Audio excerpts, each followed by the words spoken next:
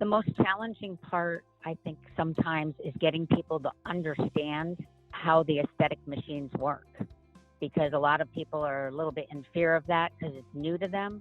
My name is Caroline Burgess. I live in Southwest Florida. I work in sales management with spas and fitness outlets. I met Naomi at an event.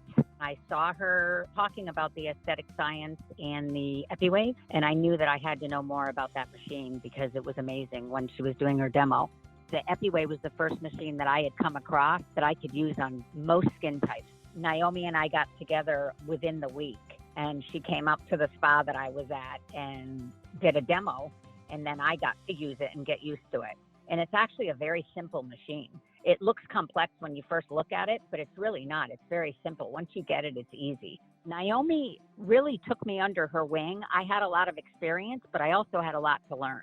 The whole company is very easy to work with, and we're very well educated. Aesthetic science doesn't just sell you a machine and then they're gone. They follow you. They make sure that you're getting your education. They make sure that you're getting your return on investment. They show you how to do events.